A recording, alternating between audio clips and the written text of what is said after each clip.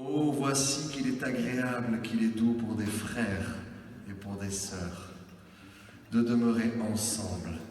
C'est comme l'huile précieuse qui, répandue sur la tête, descend sur la barbe d'Aaron, qui descend sur le bord de ses vêtements. C'est comme la rosée de l'Hermon qui descend sur les montagnes de Sion, car c'est là que l'Éternel envoie la bénédiction, la vie pour l'éternité. Jésus dira, là où 2 ou 3 sont réunis, je suis présent au milieu d'eux. C'est là que coule l'onction, quand 2 ou 3 se réunissent au nom de Jésus. Et là, on est plus que 2 et plus que 3. Amen. Alors on va célébrer ensemble l'Éternel. On va faire entendre nos voix, non seulement dans ce lieu, mais aussi dans les lieux célestes, et un peu en dessous. Et on va enfin s'unir en vrai pour célébrer notre Dieu. Amen. Amen. Amen, amen.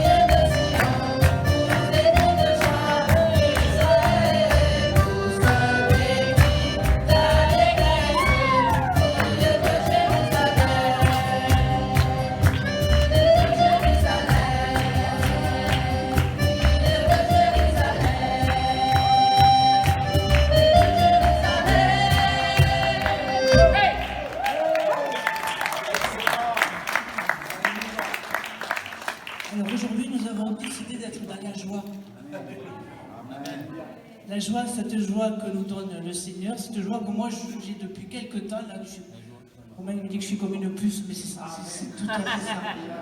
Je suis trop dans la joie. Et nous sommes ravis de vous avoir et de pouvoir mourir avec vous.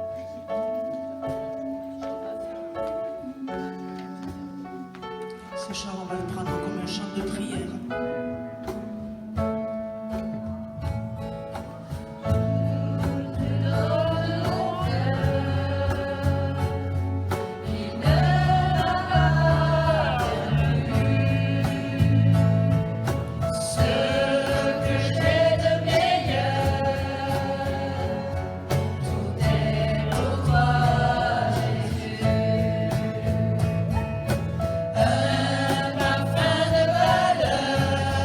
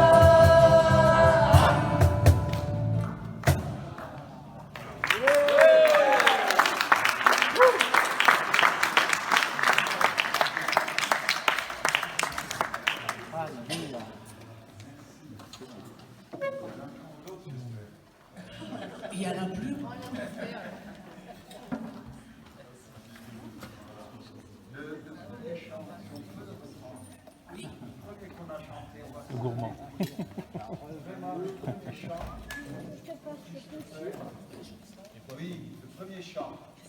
Juste le chanter de tout notre cœur. Je crois que c'est excellent. Merci en tout cas. Il y a une telle harmonie. Il y a l'onction. Amen. Ouais.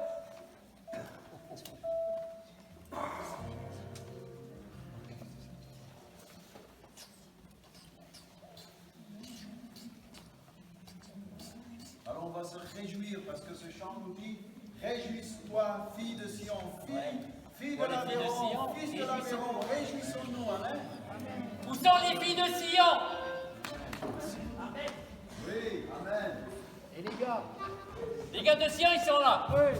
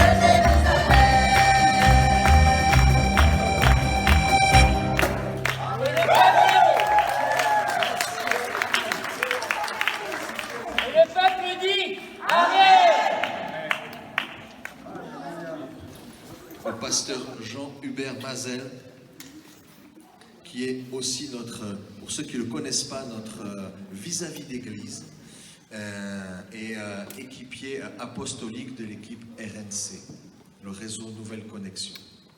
Alors s'il vous plaît, on dit souvent sous vos applaudissements, mais quand même, on va aussi honorer cet homme de Dieu qui vient nous visiter et nous bénir régulièrement depuis tant d'années, toujours fidèle, et toujours on est béni par toi. Alors, sois le bienvenu Jean-Hubert, s'il te plaît. Merci. Bon, eh ben c'est un bel accueil. En tout cas, oui, je veux vraiment saluer l'engagement, la qualité, le cœur, l'état d'esprit qui dégage et qui se dégage de l'équipe de louange. C'est très significatif. Et vraiment, je veux remercier pour ceux qui sont artisans de ce travail, parce que ça ne se fait pas tout seul, ça se fait avec des cœurs qui honorent le Seigneur et qui ont envie de servir Jésus. Et je ressentais aussi dans l'équipe d'anciens hier, puisque mon rôle c'est d'être vis-à-vis, c'est-à-dire ça sert à quoi un vis-à-vis? Eh bien c'est de venir régulièrement, de prendre la tension, le pouls, la température, de vérifier si tout va bien, et si ça ne va pas bien, pourquoi ça ne va pas bien, et puis de chercher des réponses au pied du Seigneur, et de comprendre, et d'encourager, et de soutenir, et de prier.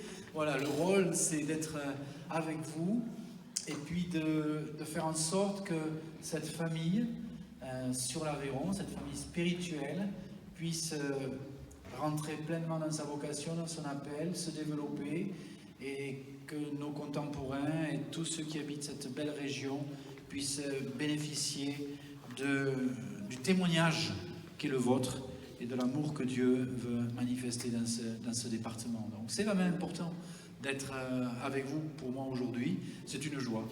Je vous assure, quand j'ai su qu'on allait se retrouver en présentiel, qu'on allait se retrouver enfin après tout ce temps.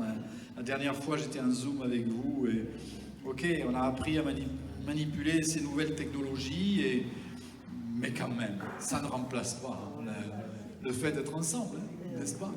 Alors juste, j'aimerais encore qu'on se présente au Seigneur ensemble et qu'on ouvre nos cœurs à la parole de Dieu. Vous savez, moi, ce que j'ai à dire n'est pas forcément intéressant, mais ce que lui a à dire est très intéressant. Amen. Alors j'aimerais lui prêter ma voix. Seigneur, merci parce que tu es au milieu de nous. Le puissant, le glorieux, le merveilleux. Tout ce que nous sommes, c'est toi qui nous l'as donné. Tout ce que nous avons, c'est toi qui nous l'as donné. Nous sommes reconnaissants parce que tu es le centre de nos vies. Et le culte, c'est à toi que nous le rendons. L'honneur, c'est à toi que nous le donnons. Et nous voulons vraiment te glorifier, Jésus, Prince de la vie, Prince de la paix. Merci d'être venu nous chercher dans notre misère, dans notre péché. Merci pour la croix. Seigneur, jamais je ne te remercierai assez avec mes frères et sœurs pour ce que tu as opéré à la croix de Golgotha pour nous. Merci de nous avoir, d'être venu nous visiter, de nous avoir retiré de la boue, de nous avoir fait, comme dit, tu nous as fait monter sur les hauteurs, tu nous as donné une couronne de justice, tu nous as drapé de vêtements nouveaux. Merci Seigneur. Tout cela est tellement immense que parfois nous le perdons de vue. Mais je voudrais que dans cet après-midi encore ton nom soit glorifié, Seigneur. Merci de venir rejoindre mes frères et sœurs, de nous inspirer. Saint-Esprit, c'est toi qui nous conduis dans toute la vérité, c'est toi qui nous rappelle ce que Jésus a enseigné, c'est toi qui nous conduis. Et je prie, Saint-Esprit, vraiment que tu sois là pour attester ta parole. Et je veux m'opposer aussi à tous ceux qui cherchent à voler, égorger et détruire. À celui qui n'a qu'un seul objectif, c'est de nous détourner du chemin que Jésus lui-même nous a tracé. Alors au nom de Jésus, je place mes bien-aimés sous l'aspersion du sang, sous la protection du sang de Jésus. Je ferme ce lieu à tout auditeur du monde des ténèbres. Et j'amène nos pensées captives à l'obéissance de Jésus maintenant. Merci Seigneur de te glorifier. Amen. Amen. Donc heureux d'être avec vous. Et c'est peu de le dire. Vraiment. Et je voudrais vraiment qu'on puisse aborder le message que le Saint-Esprit, je pense, a mis sur mon cœur avec beaucoup d'attention. Le titre que j'ai donné à ce message, c'est « Libérer ou libre pour revenir à l'essentiel ». Ou en d'autres termes, c'est « libérer pour l'essentiel » ou « vivre pour l'essentiel ». Enfin, oui, c'est toujours l'essentiel. La liberté glorieuse des enfants de Dieu, c'est pas fait juste pour faire guili, et puis pour... voilà. Mais c'est pour une mission et un mandat. Vous avez peut-être entendu parler de Brian Hudson, qui est le pasteur principal de l'église Hillsong en Australie. Et Hillsong, vous avez entendu parler de Hillsong. Et il disait, il y a quelque temps de cela, en pleine période de Covid et puis avec tout le confinement, il disait c'est la première fois en 36 ans que notre église, en Australie, l'église Hillsong, est fermée, ainsi que beaucoup d'églises du monde entier. C'est la première fois que nous sommes obligés de tenir tous nos services en ligne, pour ceux qui ont pu le faire. Est-ce que je vois cela comme un désastre? Et il dit non, je le vois comme une opportunité. Et c'est vrai que, suivant comment nous mettons nos lunettes,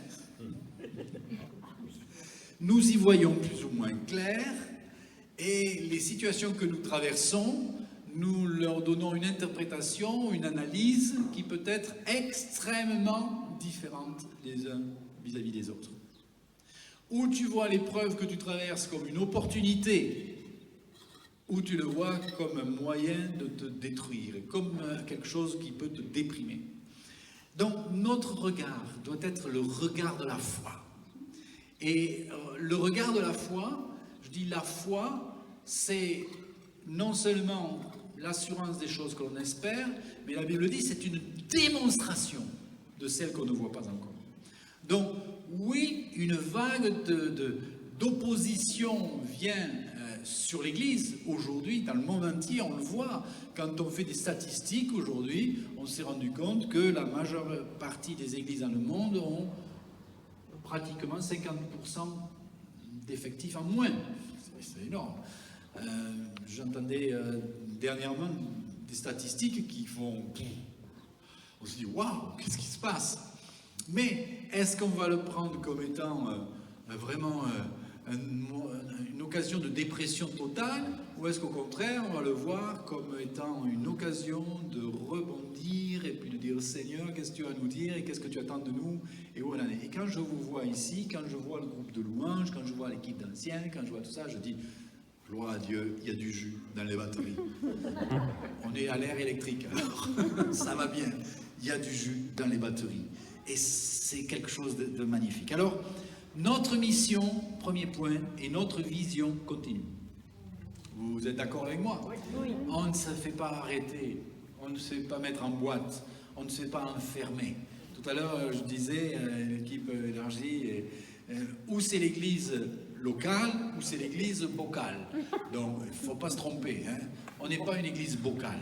On n'est pas enfermé, on n'est pas emprisonné. Au contraire, on est en train de rebondir et de nous attendre à Dieu. Alors, il y a un homme, moi, qui m'a toujours énormément interpellé dans l'Écriture, c'est Joseph. Pas le Joseph de Marie, mais le Joseph qui a fait un petit détour par l'Égypte, fils de Jacob. Donc, dans Genèse chapitre 50 et au verset 20, vous connaissez l'histoire de Joseph, je suppose. Si vous ne la connaissez pas, vous allez dans Genèse et puis vous lisez les chapitres de Genèse 47, 48, 49, 50. Il y a tout un ensemble de chapitres. Et vous allez voir cette histoire qui m'a toujours passionné depuis que je suis converti. Et pour cause, ça m'a amené à développer une œuvre qui s'appelle Les Greniers de Joseph. Et alors je voulais juste rapidement rappeler l'histoire de Joseph. Bref rappel de son histoire. C'est en 3 actes. Hein? Le premier acte, c'est Joseph était l'avant-dernier d'une grande fratrie. Il était le favori de son père, Jacob. Il était jalousé de ses frères. Il a été rejeté. Il a été victime de la méchanceté des siens. Il a été vendu à des Amalécites. Il est devenu esclave d'un dignitaire égyptien, Potiphar. Il a été accusé à tort de tentative de viol sur la femme de son patron. Il a été jeté en prison, il a été abandonné de tous pour un confinement prolongé.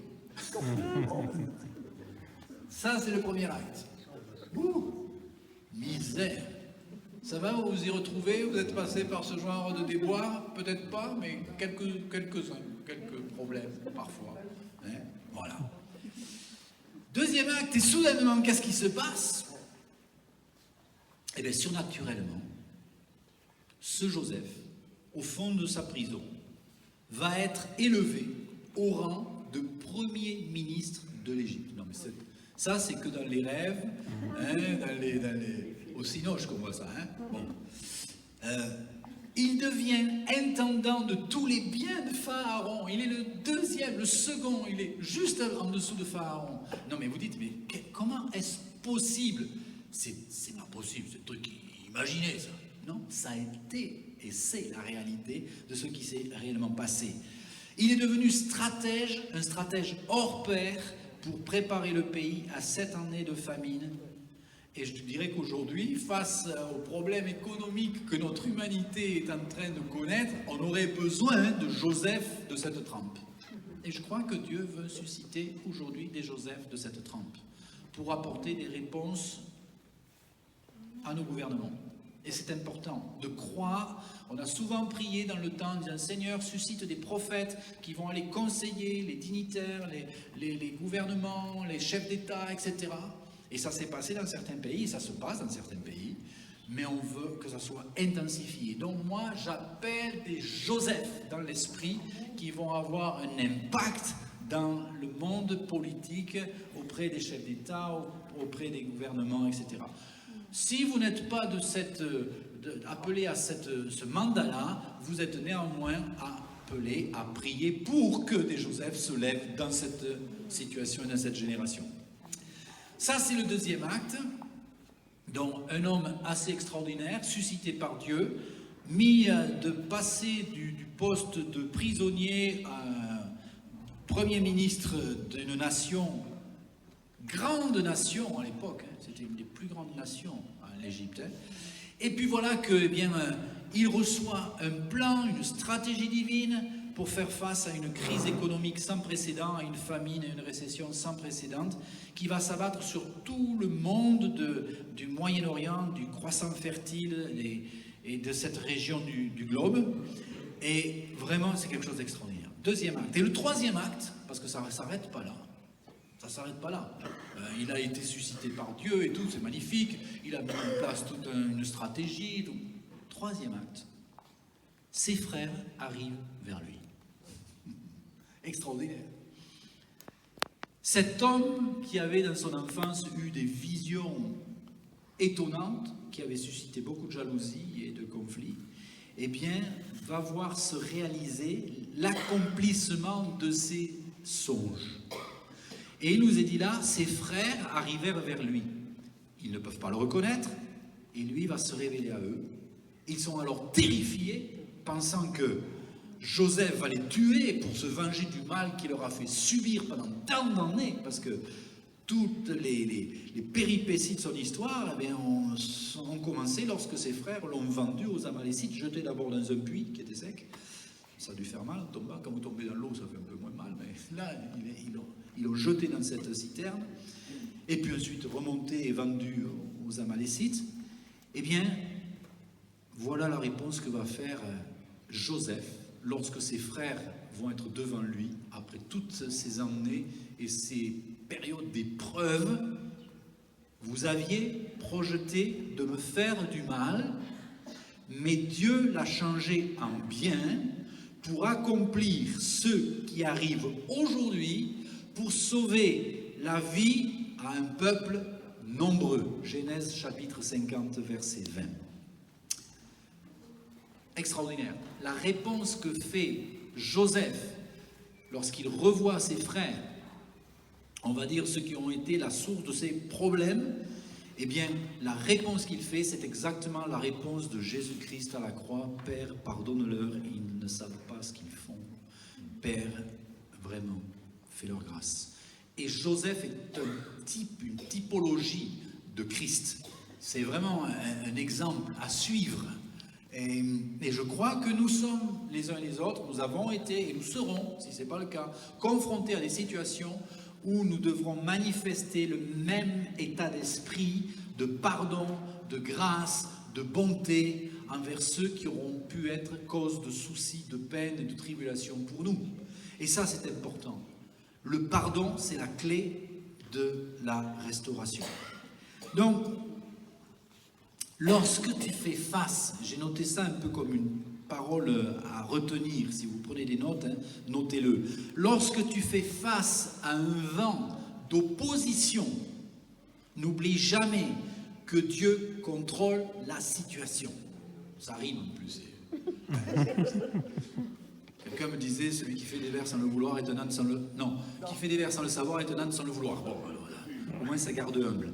Mais lorsque tu fais face à un vent d'opposition, n'oublie jamais que Dieu contrôle la situation, qu'il veut ton bien, et que certainement au travers de cette situation-là, il veut atteindre plusieurs personnes au travers de toi. Et ça, c'est important. Donc, tout à l'heure, je citais ce texte de Jacques que vous connaissez bien. Mes frères et sœurs, réjouissez-vous des diverses épreuves. Alors, il ajoute en plus, Jacques, réjouissez-vous d'une joie complète, des diverses épreuves par lesquelles vous passez. On fait un petit smile.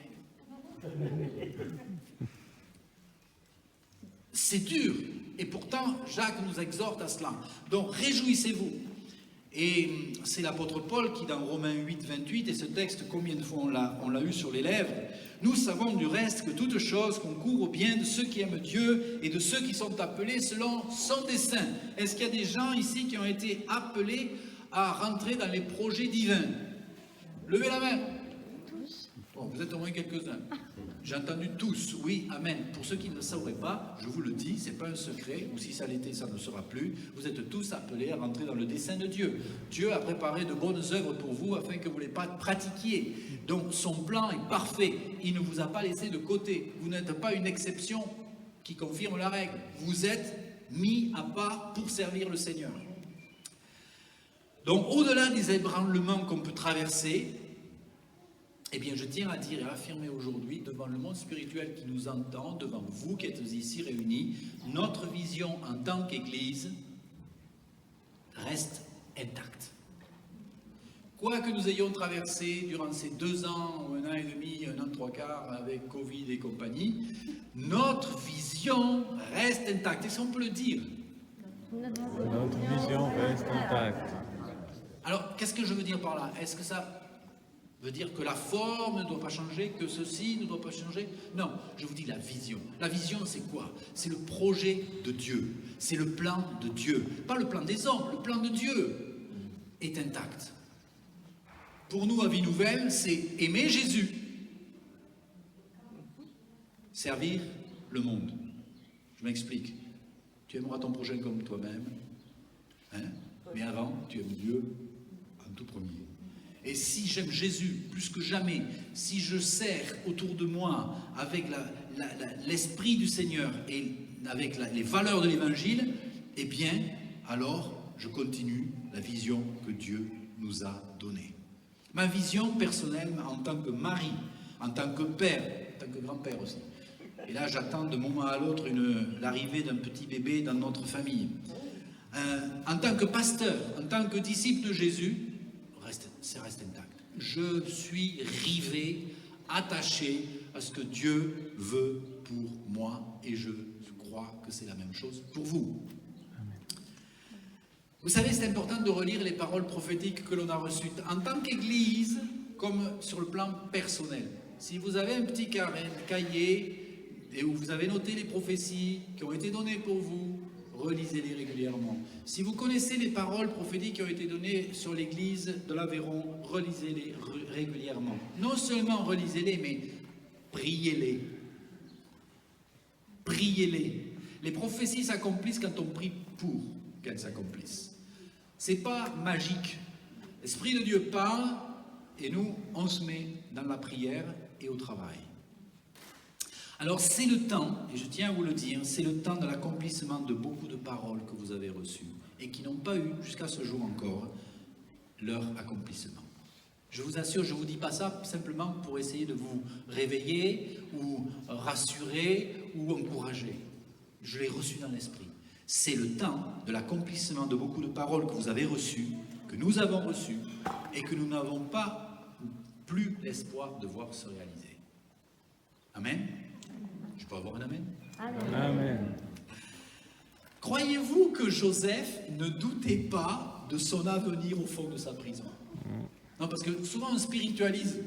Moi, je vois ce gars-là, Joseph, il a été blackboulé de tous les côtés, il arrive là-bas chez Potiphar, bon d'accord, Dieu le bénit, ça marche, puis bim, boum, on l'accuse à tort, on l'enferme dans une prison, après dans la prison, eh bien d'accord, Dieu le bénit. Et puis il y a un jour un échanson et un panetier qui sont jetés en prison, et puis il reçoit la révélation et l'interprétation des rêves qu'avaient eu cet échanson et ce panetier, et il leur donne ça, et il leur dit quoi? Il leur dit, ne m'oubliez pas, s'il vous plaît, ne m'oubliez pas quand vous allez ressortir de la prison. Est-ce que vous croyez que Joseph ne doutait pas? Est-ce que vous croyez que Joseph avait déjà tout le plan écrit Dieu lui a dit, bon alors tu vois, ça va se passer comme ça, jusqu'au 31 décembre ça sera ça, et puis au 1er janvier, tu vas sortir de là, tu vois, il y a un mec qui va venir, il va te dire qu'il a rêvé, toi tu expliqueras le rêve, et puis ça va remonter jusqu'au pharaon, et le pharaon il va t'appeler, et puis alors là tu vas devoir te raser, un nouvel habit, hein, et hop, tu vas monter sur le cheval, et puis tu auras l'anneau au doigt, et puis ça va marcher comme ça. Non mes amis, rien du tout. Je suis sûr qu'il doutait de son avenir, comme nous, comme de temps en temps, nous. Et là, eh bien, je dis oui, ce Joseph, il a douté de son avenir au fond de la prison. Mais bien sûr, il ne s'attendait pas à être propulsé comme il l'a été. Et je vous assure, on a été très surpris, pour revenir au Covid, de ce qui nous est arrivé. On ne s'attendait pas à être tout d'un coup confiné, enfermé sur le plan mondial, tout ça. Franchement, il y a eu, on m'a dit, 1 ou 2 prophètes quelque part dans le monde qui auraient reçu quelque chose un peu de ce... Mais franchement, c'est qu'il y a eu un silence radio du ciel terrible. On ne s'y attendait pas, soyons humbles et honnêtes pour le reconnaître. Et bien de la même manière, on ne s'attend pas à être propulsé par la puissance du Saint-Esprit, comme Joseph l'a été, et être établi dans une position d'autorité comme il a été établi. L'Église ne s'attend plus à cela. On sait que Jésus va revenir. On sait que Jésus va régner. On sait que l'Église va régner avec Christ. On sait tout ça. Mais bon, ça, c'est peut-être dans un certain temps. Ou un temps certain. C'est ça. Mais une chose est sûre, c'est qu'aujourd'hui, l'Église a été secouée, elle a été, je dirais, criblée. Vous connaissez ce passage où Jésus parle à Pierre, il dit tu vas être criblé, hein, mais je prie pour toi afin que ta foi ne défaille pas. Et je dis, aujourd'hui, l'Église est criblée, mes amis. Ça secouait de tous les côtés, mes amis. Tout ce qui était vraiment pas trop bien affermi, ça a dévissé dur. Hein. Alors, si vous êtes là, rendez gloire à Dieu. Parce que vous êtes là, parce que vous avez tenu le coup. Même si vous avez parfois eu l'intention que vous n'avez pas la force de résister. Vous avez tenu le coup, vous êtes accrochés. Et parce que vous êtes accrochés, beaucoup vont se relever. Et beaucoup vont pouvoir réintégrer.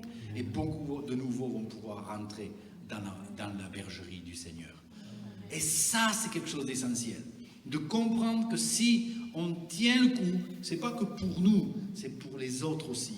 Combien de parents ont su endurer l'épreuve, ont dû endurer la privation, ont dû se tenir sur leurs genoux pour que leurs enfants puissent être sauvés. Mais c'est exactement ce qu'on fait les uns et les autres quand on persévère dans la foi. Le fait que tu persévères dans la foi est une source de bénédiction pour beaucoup, même si aujourd'hui tu ne le vois pas encore. La deuxième chose que je voudrais dire, c'est qu'on est libéré pour vivre l'essentiel. Et ça passe par, on va dire, un double engagement. Bien sûr que le premier, c'est de reconnaître et d'accepter Jésus, et ça c'est le plus beau et c'est le plus magnifique que l'on a vécu. Et ensuite, le second, comme je l'ai dit tout à l'heure, c'est d'aimer le prochain. Et je crois que vraiment, quand on regarde l'Écriture, c'est tout au long de la Bible, il y a ces deux aspects. Vous vous rappelez les lois, les 2 tables de la loi de Moïse? 2 tables identiques, taillées dans la pierre, écrites par le doigt de Dieu. Eh bien, ces 2 tables, la première concerne mon engagement et ma relation avec Dieu. La deuxième concerne mon engagement et ma relation avec mon prochain. 2 pierres, 2 tables de la loi. Regardez les 10 commandements et vous verrez ça. L'une nous parle de la relation avec Dieu, verticale. L'autre me parle de la relation avec mon prochain, horizontale. Quelqu'un dit ça tout à l'heure dans l'équipe, quand on était réunis. Et c'est tellement essentiel. Donc, je ne peux pas avoir de bonnes relations avec Dieu si je n'ai pas de bonnes relations avec mes frères et sœurs. Et je ne peux pas avoir de bonnes relations avec mes frères et sœurs si je n'ai pas une bonne relation avec Dieu. Vous êtes d'accord? Oui. Là, on ne peut pas échapper. Dire, ah ouais, moi, ma relation avec Dieu, c'est le 3e ciel, etc. Bon, avec le frangin, là, je préfère... lui, il est... insupportable, imbuvable, toxique. Non, non, non. Relation avec Dieu, relation avec le prochain, relation avec le prochain, relation avec Dieu. Ça marche ensemble. Est-ce que ça veut dire que c'est facile? Est-ce que ça veut dire qu'avec certaines personnes, parfois, c'est pas plus difficile qu'avec d'autres? Bien sûr que si. Mais voilà à quoi je suis appelé. À être un homme de paix. Heureux ceux qui procurent la paix seront appelés fils de Dieu. À être une femme de paix qui va amener la joie. Tiens, tu vois, quand tu disais tout à l'heure, j'ai une joie, j'ai une joie. Et Romain, il dit, oui, c'est tout excité comme une puce, c'est tellement qu'elle a de la joie. La joie du Seigneur est sa force. Mais pourquoi? Parce que tu es une femme de paix. Parce que tu fédères autour de toi. Parce que tu es une source de bénédiction. Au-delà de ce que toi, tu es consciente. Et en te disant ça, j'ai pas peur que les chaussettes te cassent ou plaident. Non, tu n'en as pas. Il n'y a pas de chaussettes. Mais pour dire que dès que vous travaillez à l'unité, dès que vous travaillez dans l'amour, dès que vous êtes désintéressé, que vous cherchez l'intérêt du royaume de Dieu, dès que vous vous préoccupez des autres avec un désir de servir, ah là, la joie du Seigneur est votre force. Ça coule. On n'est plus dans le... On est dans la joie. Alléluia. Donc, vous savez que la situation que nous avons traversée nous a éloignés les uns des autres. Et je crois que ça, c'est quelque chose qu'on doit dénoncer, parce que la volonté de Dieu n'est pas qu'on s'éloigne les uns des autres, bien au contraire. Tout nous a poussé, tout nous y pousse encore parfois, à nous éloigner, à nous détacher, à nous laisser endormir, à tomber dans une forme de léthargie, de sommeil, d'apathie spirituelle, je ne sais pas quel adjectif trouver, mais là, parce que le but du diable, c'est de nous isoler. C'est de nous isoler les uns des autres. C'est de nous résigner, de tomber dans une espèce de statu quo. Et comme disait un frère chez nous, il ne faut pas confondre résilience et résignation. C'est pas du tout pareil. On doit vraiment serrer les coudes, on doit se soutenir mutuellement. Et je sais que vous le faites, et qu'en tout cas, ça se sent. Quand je ressens cette bonne odeur de Christ là, cette joie, là, ça c'est bon ça. Ça, il faut le protéger. Alors vous allez dire, ouais, mais tout ça on l'entend depuis très longtemps. Ben oui, bien sûr. C'est mon ami Steve Rivière qui dit toujours, ce qui est important doit être rappelé et répété souvent. Alors, et avant lui, il y a quelqu'un qui a dit dans la Bible, pour vous, c'est salutaire que je rappelle souvent les mêmes choses. Voilà, ça marche. Je suis déculpabilisé. Donc, nous ne croyons pas invulnérables. Moi, je dis, franchement, on a besoin de prier les uns pour les autres, comme dit Jésus. On a besoin de se tenir devant le Seigneur. Encore ce matin, j'étais dans ma chambre d'hôtel et puis je priais cette prière magnifique que Jésus nous a enseignée, pas simplement la musique, non. Je priais vraiment les paroles dans lesquelles il dit, notre Père qui es aux cieux, que ton nom soit sanctifié, que ton règne vienne, que ta volonté soit faite sur la terre comme au ciel. Et cette prière qui nous enseignait nous amène vraiment à dire clairement, ne nous permet pas que nous succombions, que nous tombions dans la tentation, mais délivre-nous du malin. Et c'est important de prier cela avec foi, parce que son but, c'est vraiment de nous faire tomber, de nous arrêter dans notre marche.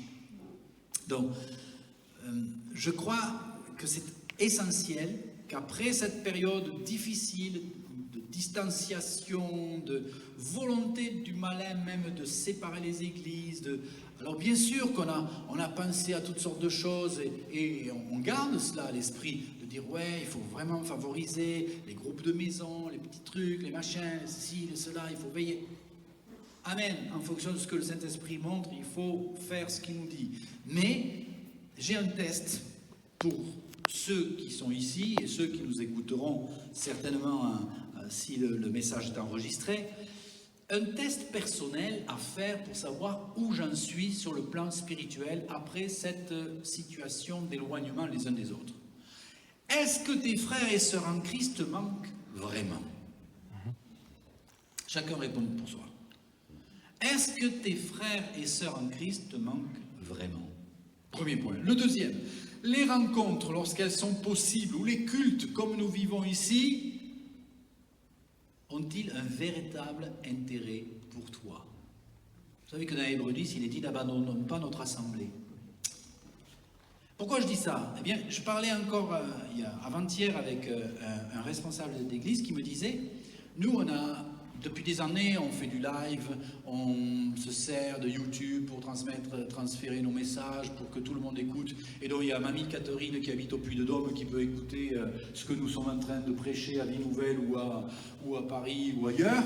Et quelque part, t'as mieux. Mais il dit le problème, c'est que c'est pas avec ça qu'on bâtit l'église locale. Et quelque part, on est victime de ces nouvelles technologies. Parce que l'église s'habitue, les gens s'habituent. C'est quand même sympa de pouvoir écouter un culte dans notre salon, en pantoufle ou pas en pantoufle, en pyjama ou pas en pyjama, avec notre petite tasse de thé. Et puis, on peut l'écouter en replay ou l'écouter en direct. On peut appuyer sur le bouton off. On peut le remettre on quand on veut. Franchement, c'est très confortable. Mais est-ce que ça correspond à ce que le Seigneur veut? Question. Ça peut aider des personnes isolées, des personnes âgées, des personnes qui n'ont pas une mobilité possible. Ah oui. Mais l'église locale, elle a besoin de se retrouver. C'est facile d'être saint quand on vit tout seul. Ah ouais, tu peux pas te disputer. Si, avec toi-même. Si, bon, d'accord. Bon, il y en a qui sont quand même doués. Mais voilà. Donc l'exhortation, c'est ça. C'est est-ce que les rencontres, quand elles sont possibles, eh bien, ont pour toi un vif intérêt. Troisièmement, lire et méditer la Bible, c'est important pour toi. Vous savez que la manne chaque jour qu'on doit aller ramasser, et c'est vital. La louange et la prière, est-ce que c'est devenu quelque chose de facultatif? Et puis, est-ce que tu as faim de Dieu? Parce que vous savez, quand on n'a pas faim, c'est qu'on est malade. Et tout ce que je viens de citer là, ce sont des petits éléments de test qui nous permettent de dire est-ce que je suis en bonne santé spirituelle ou pas? Si tu perds goût à ces choses, tu es en danger. Et toi qui vas m'écouter peut-être en replay, en machin, ne te sens pas jugé ni accusé. Dieu sait avec toi ce qu'il a à dire. Mais si tu as perdu le goût à ces choses, tu es en danger. Et Dieu veut te relever. Il suffit simplement de lui demander.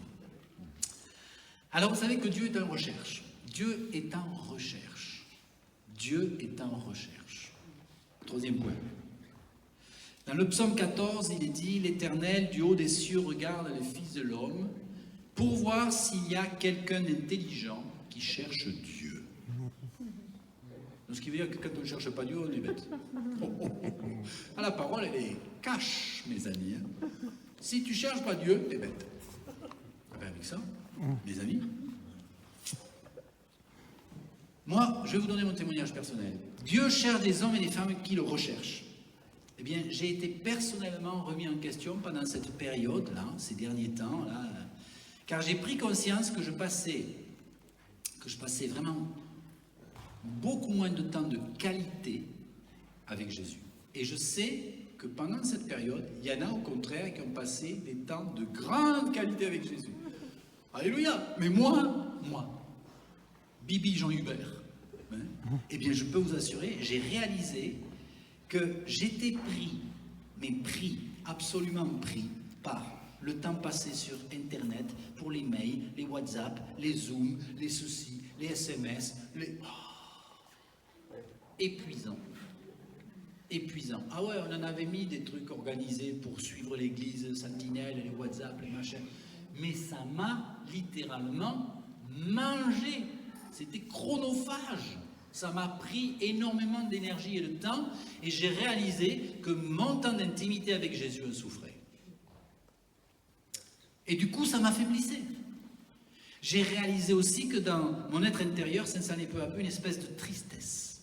Vous savez que la tristesse, c'est un sentiment, au contraire de la joie, avec la tristesse.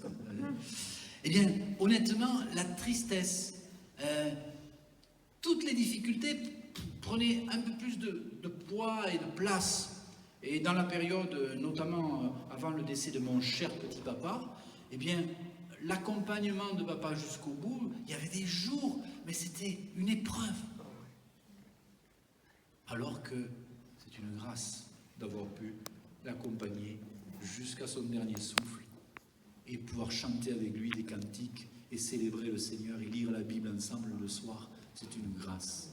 Mais parce qu'il y avait une perte d'intimité, eh bien tout devenait fardeau. Quand tout devient fardeau, tristesse, c'est un clignotant qui nous interpelle ou devrait nous interpeller pour dire « Ah, ta relation avec ton Jésus, ton intimité avec lui, c'est important. » Et vous savez, j'écoutais il y a quelque temps la parole de mes amis qui disaient « Passez du temps dans le lieu secret. Passez du temps dans l'intimité. Le secret dans le lieu secret, dans le lieu secret, c'est qu'il n'y a plus de secret pour celui qui vit dans le lieu secret. »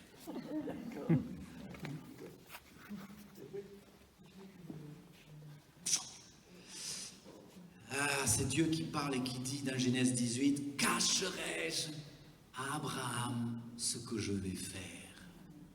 Vous savez, nous sommes dans une période de grande confusion spirituelle. Dans le milieu chrétien aujourd'hui, vous entendez tout et son contraire. Sur la pandémie, sur la vaccination, sur les prophéties eschatologiques des temps de la fin. Mais alors chacun choisit son menu. Ah, ça me convient, ça me convient pas. Là, ça me plaît, ça me plaît pas. Mais franchement, on y perd notre latin.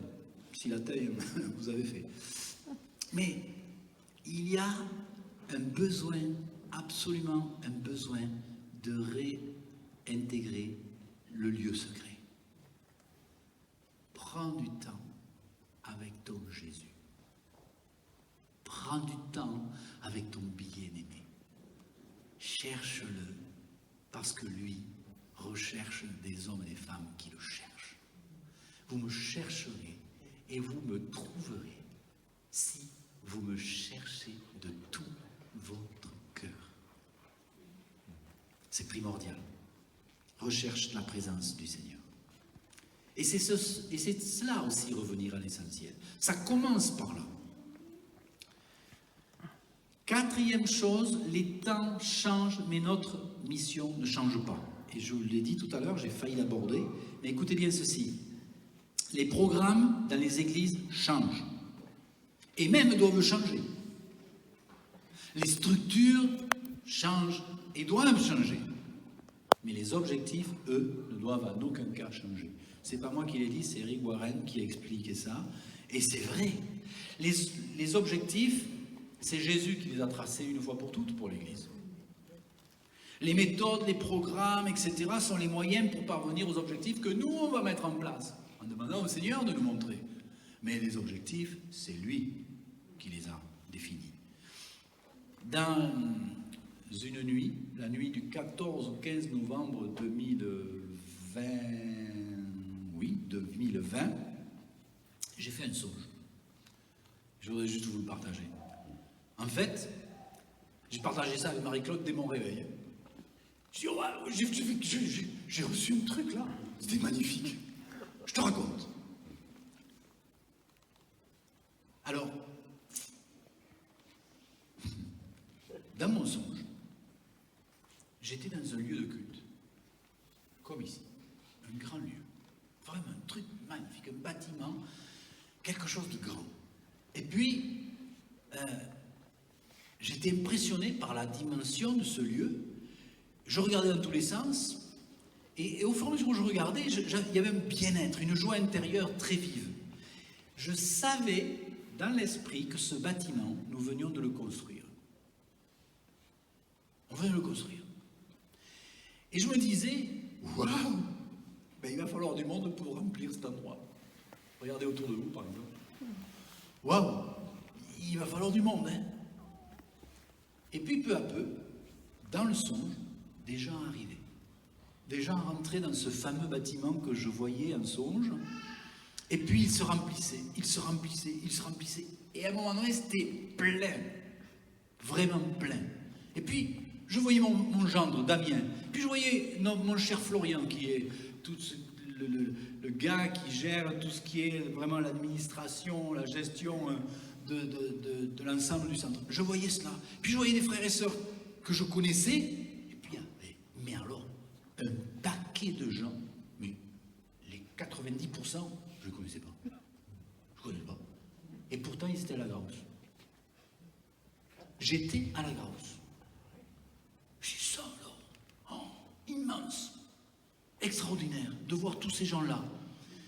Et puis tout à coup, je disais, j'étais avec Marie-Claude dans ce lieu, et puis je voyais toute cette foule, et je me réjouissais comme un petit garçon. J'étais un peu excentré de la foule avec Marie-Claude, et puis on voyait tout ce monde plein.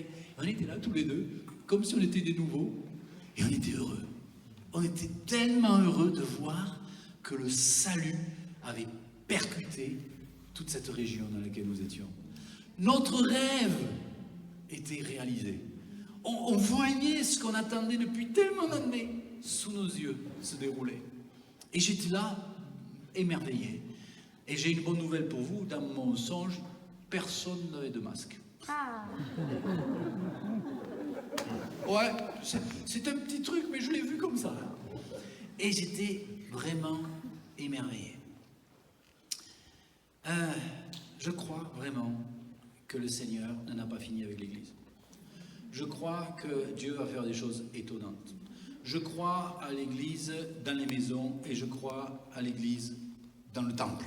Je crois des congrégations nombreuses et qui aussi ont une dynamique dans des groupes, des petits groupes. Je crois vraiment que le Seigneur a encore bien des choses à nous faire vivre dans la période dans laquelle nous rentrons. Et j'ai dit, au fond, pour quelle raison notre Église existe? Pour quelle raison EPM existe sur ce département? Quelle est sa mission? Et c'est encore Rick Warren qui dit ceci: les églises dirigées par objectif seront les mieux équipées pour prêcher la parole de Dieu durant les périodes de grands changements auxquels nous aurons à face au cours du siècle qui est devant nous. Donc, des églises dirigées par des objectifs. Vraiment, il faut savoir ce que Dieu nous dit, et puis on y rentre dedans et on le fait. Et vous savez, un grand engagement envers le grand commandement, ou ce qu'on appelle la grande commission, engendrera une église puissante et dynamique. Et quelle est la grande commission? Faire des disciples. Allez jusqu'aux extrémités de l'Aveyron. Allez annoncer la bonne nouvelle de Jésus-Christ. Allez témoigner de l'amour de Dieu tout autour de vous. Allez, soyez mes témoins et faites des disciples. Faites les disciples. Donnez l'exemple. Passez devant. Soyez vraiment ces porteurs de l'évangile. Et alors, eh bien, toutes choses vont être bouleversées. Et j'entends, tout à l'heure encore on le disait, on a envie de simplicité, on a envie d'une église où on ne se prend pas la tête, on a envie d'une relation fraternelle vraie, on a envie d'avoir une unité vraiment magnifique. Et je dis, c'est possible quand l'église, elle est centrée sur la mission que Dieu lui a donnée. Allez et témoignez. Si on vit en bocal, en aquarium, eh bien, au bout d'un moment, ça se passe mal. Alors que si nous sommes sur l'ouverture aux autres, dit vraiment prêt à aller vers les autres, eh bien, on est émerveillé. Comme disait tout à l'heure Jean-Élie Thévery, les miracles, le surnaturel, les guérisons, les signes, les prodiges, ils se manifestent quand on est dans l'obéissance à ce que Jésus nous a demandé d'aller. Les guérisons, les miracles que j'ai vécu dans mon ministère, je les ai vécus lorsqu'on a prêché l'évangile à l'extérieur. C'est là que les choses se passent. Et quand les choses se passent à l'extérieur, on est encouragé à l'intérieur. Et quand on est encouragé à l'intérieur, la foi remonte. Et donc on saisit mieux nos guérisons pour nos propres personnes. Combien on est là, on est malmené actuellement dans beaucoup d'églises et chez nous, on est pas mal attaqué actuellement dans la santé, etc., des ceci, des cela. Et on prie, et on jeûne, et on fait l'onction d'huile et ça ne marche pas. Et on dit, mais Seigneur, où es-tu? Le Seigneur il dit, dehors je suis. Allez, et vous allez voir. Les signes vont vous accompagner, ça va nourrir votre foi, et les miracles auront lieu aussi dedans. Dehors et dedans. Dedans et dehors. Mais d'abord dehors. Ça va? Alors, juste, et je termine, dans demi-heure. 6 axes pour réaliser l'objectif divin. Vous le savez, adorer, c'est le premier. Magnifier notre Seigneur en tout premier lieu. Tu aimeras le Seigneur ton Dieu, je vous ai dit tout à l'heure. Donc, adorer, première chose qui m'incombe, et première chose qui incombe à l'Église, on adore le Seigneur. On adore ensemble Jésus. Deuxièmement, on évangélise. Tous, on est tous ses témoins. Il n'y a pas le ministère d'évangéliste qui doit bosser et cravacher et puis suer de la chemise pour amener des gens à Jésus. Non, soyez mes témoins. Tous, on a une façon de faire différente des uns des autres. On aura des moyens que Dieu nous en donnera originaux. Toi, ça sera d'une manière, moi, ça sera d'une autre. Mais on est tous appelés à être des évangélisateurs, si on peut dire. C'est la plus grande preuve d'amour envers son prochain, de lui annoncer l'évangile. C'est la plus grande preuve d'amour. Si tu dis que tu es enfant de Dieu et que tu aimes Dieu, eh bien le Seigneur te dit, si tu aimes Dieu, annonce l'évangile. À ta façon, avec tes méthodes, en servant, en accueillant. Donc, évangéliser. Alors, adorer, évangéliser, accueillir, c'est intégrer les nouveaux, les enfants de Dieu qui se convertissent, les nouveaux convertis. Édifier, c'est accompagner, c'est nourrir, c'est guérir. Équiper, c'est former, et 4, envoyer à nouveau. En fait, c'est une boucle. Je suis sauvé parce qu'on m'a parlé de Jésus, parce que des gens ont prié pour moi. Vous êtes tous le fruit de la prière de quelqu'un ou du témoignage de quelqu'un.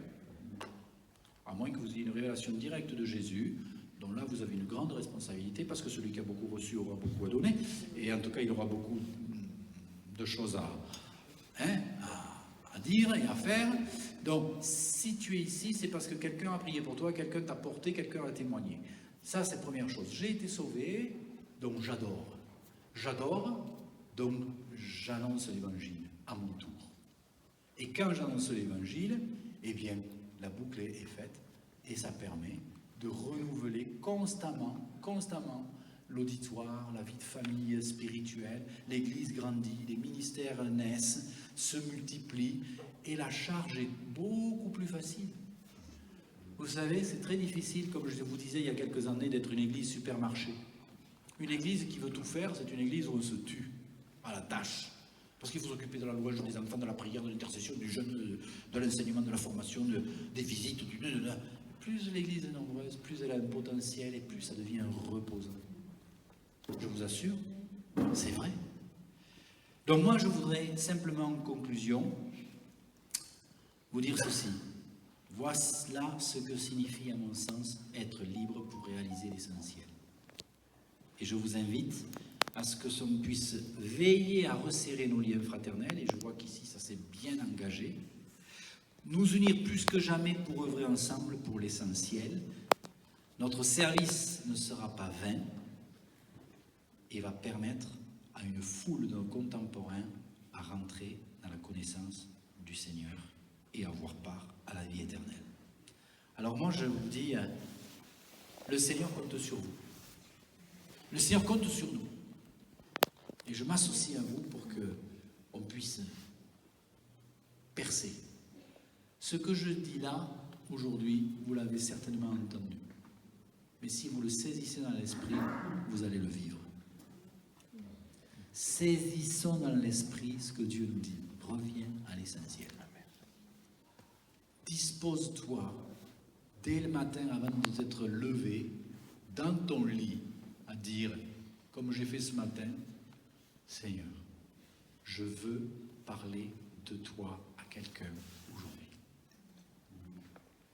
Je dispose mon cœur, mon intelligence, mon attention pour parler de toi à quelqu'un aujourd'hui, d'une manière ou d'une autre, à servir comme toi tu veux que je serve, peut-être en aidant, dirige-moi et je me lève.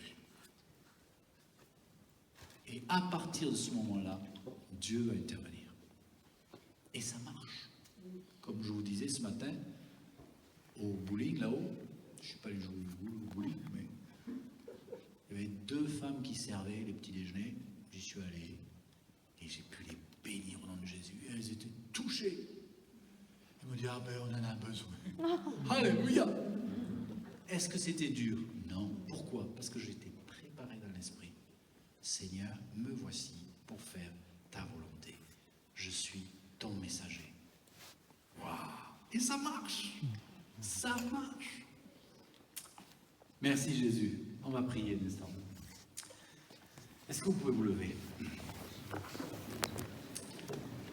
Amen. Seigneur, je te remercie de nous aider les uns et les autres à revenir à l'essentiel. Et l'essentiel, Seigneur, c'est de ne pas laisser les gens mourir et aller en enfer. L'essentiel, c'est d'être les témoins dans ce monde. Tu nous as laissés en tant qu'Église pour cette raison ici-bas. Tu nous prêtes vie encore pour être ces témoins ici-bas. Merci Jésus de bénir mes frères et sœurs et de les encourager, de leur montrer vers qui se tourner, à qui parler, à qui donner le message de l'Évangile, d'une manière ou d'une autre. Seigneur, merci pour l'unité que tu manifestes ici dans cette Église. Merci pour l'état d'esprit, l'onction que tu renouvelles après ces temps d'épreuves que nous avons traversées. Merci Jésus. Je te prie pour que l'adoration monte d'un cran encore, Seigneur. Combien déjà les choses ont bougé ici, c'est magnifique, en peu de temps. Mais Seigneur, que l'adoration, la louange monte d'un cran de plus, Seigneur, pour ta gloire. Je prie que l'évangélisation, le témoignage monte, Seigneur, encore d'un cran de plus. Je prie, Seigneur, pour que l'accueil des nouveaux, des personnes, ou même de ceux qui sont partis et qui vont revenir, eh bien, Seigneur, que l'accueil soit d'un cran supérieur au nom de Jésus. Je prie aussi, Seigneur, pour que vraiment mes frères soient édifiés, qu'ils aient envie de se nourrir, afin d'être une source de nourriture pour les autres ensuite. Seigneur, je prie aussi pour que tu les équipes, afin de pouvoir répondre aux besoins qu'ils vont rencontrer sur leur chemin. Ta fidélité, Seigneur, ne se définit pas uniquement en termes de présence, Seigneur, mais parce que tu marches à nos côtés, parce que tu manifestes ton autorité, parce que tu réponds à nos prières, parce que tu confirmes la parole que nous allons donner. Et merci, Seigneur, pour la force de l'envoi par ton esprit. Je te demande que ceux qui sont peut-être encore fragiles ou qui ont peur d'aller, eh bien, soient surnaturellement visités, fortifiés et se lèvent avec puissance. Gloire à toi, Seigneur. Amen. Amen. Dieu vous bénisse.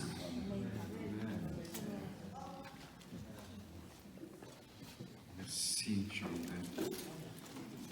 Juste prier pour des personnes qui ont des besoins. Simplement, là où vous êtes, vous mettez votre main sur votre cœur et je voudrais prier pour que Dieu restaure vos vies. Des choses peut-être qui sont pesantes, que vous êtes venu en disant, Seigneur Jésus, s'il te plaît, réponds aujourd'hui. S'il y a ce besoin, j'aimerais donc que simplement que vous mettez votre main sur votre cœur et je vais prier pour vous. Merci Père. Merci Seigneur, Seigneur. tu connais le besoin de mes frères, de mes sœurs, de leurs familles, de leurs enfants, de leurs époux, leurs épouses. Je te prie, Jésus, aujourd'hui, de visiter ton peuple. Seigneur, à ce même instant, et d'enlever toute forme de tristesse, toute forme de poids, de pression, toute forme de culpabilité, d'accusation, tout ce qui vient de l'enfer, toute forme de douleur, de maladie, tout ce qui peut être pesant, inquiétant, soit brisé maintenant, dans le nom puissant de Jésus-Christ. Parce que ton désir de nous guérir, c'est qu'il n'y ait aucune distraction pour que chacun d'entre nous, nous allions dans les lieux où tu nous envoies pour être des témoins. Je te prie, Père, au nom de Jésus, que ces distractions quittent les cœurs, les corps, les âmes et les esprits dans le nom de Jésus-Christ. Et toute âme qui est forgée contre eux pour les empêcher à témoigner, pour être, Seigneur, des témoins dans cette nation, Seigneur, soit enlevée. Seigneur, que ces distractions d'inquiétude, de peur et de maladie ou autres soient brisées maintenant dans mes frères et dans mes sœurs, dans le nom de Jésus-Christ. J'appelle la santé pour tout de même pour les sujets que les gens qui ne sont pas là et qui sont en train de penser à cela, qui est devenu une inquiétude, soit brisé ça aussi. Et j'appelle à chacune de ces personnes à rentrer dans ton royaume et goûter le repos à ce même instant, Père. Parce qu'il n'y a pas d'espace-temps en ton nom. En ton nom, tout genou fléchisse, comme dit ta parole. Sur cette terre, sous la terre, dans les cieux, tout dans les cieux, Seigneur, tout genou fléchira en ton nom. C'est dans le nom puissant de Jésus-Christ que je maudis tout ce qui s'oppose contre le projet de Dieu, dans les cœurs et dans les vies. Tout ce qui s'oppose, qui agresse, qui tourmente, qui tyrannise, soit maudit dans le nom puissant de Jésus-Christ. Et je libère les corps, les âmes et les esprits maintenant, et que les douleurs quittent, et les corps soient libérés, et que les frères et sœurs dont leur famille qui ne connaissent pas le salut, Seigneur, accourt pour entrer dans le royaume de Dieu. Accourt, Seigneur, que la repentance soit donnée dans le cœur de toutes ces personnes pour qui on en intervient et on crie. Père, dans le nom de Jésus-Christ qui est Seigneur. Amen. Amen, amen. Soyez bénis. Amen. Oui, merci Jackie. Il y a une offrande donc et la dîme. Voilà, sentez-vous libre de le faire. Et aussi l'offrande pour notre Jean-Hubert, pour son déplacement. C'est une offrande d'amour. Donc voilà, avec liberté, vous le faites. Que le Seigneur vous bénisse richement. Donc on se retrouve d'ici 3 semaines de nouveau. Donc probablement ça sera... Peut-être, c'est où Corinne? Où est-ce qu'elle est Corinne? Oui, Corinne. Ça serait à peu près où, d'après toi? C'est à Saint-Af, dans la région de Saint-Af? La prochaine fois.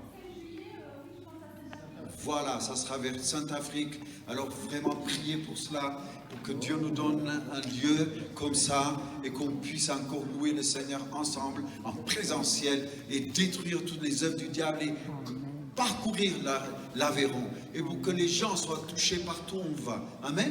Et en même temps, ne venez pas tout seul. Il y a tellement de besoins, il y a tellement de gens qui souffrent, vous comprenez. Emmenez-les, dites-leur, écoute, viens avec moi, tu vas voir ce que Dieu fait. Un mot suffira, vous savez, un seul mot. Le Saint-Esprit a besoin d'un mot de votre part pour s'appuyer, pour toucher son cœur et sa vie de toutes ces personnes. Amen. Alors soyez généreux comme Jésus l'a été. Amen. La générosité, c'est ça, c'est de dire que personne ne reste dans le péché, ne meurt et ne disparaisse pour l'éternité. Amen. Soyez généreux. Ce que vous aimerez recevoir, appelez aussi à d'autres. Amen. Criez pour d'autres. Voilà, c'est moi je vous aime et essayons de continuer à crier au Seigneur dans ce sens. Que le Seigneur vous bénisse et merci pour cet après-midi. Est-ce que les chantres peuvent venir vous chanter un chant? Parce que vous chantez tellement bien, ça fait tellement du bien. Amen, venez s'il vous plaît. Donc, amen, on les encourage. Vous savez, leur cœur étant uni, il y a une onction différente.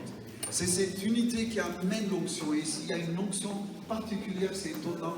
Alors que le Seigneur les bénisse et qu'il puisse nous partager quelque chose. On va louer le Seigneur, on va finir en louant le Seigneur. Tandis que les uns et les autres donnent leurs offrandes, leurs dîmes librement, avec liberté. On va être libres pour louer le Seigneur. Amen.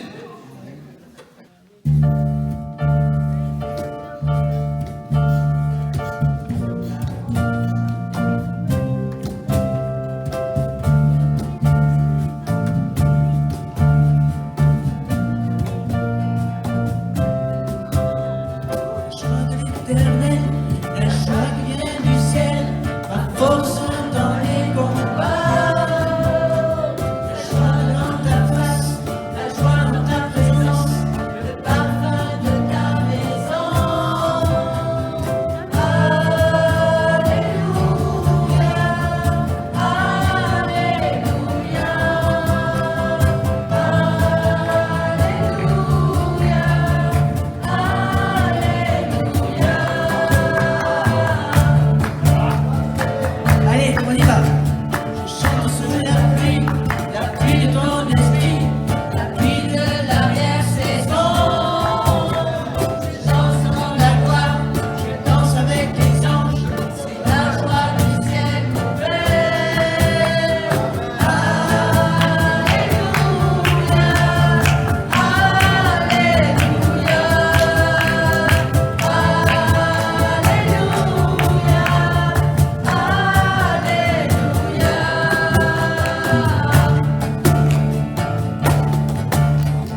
la joie.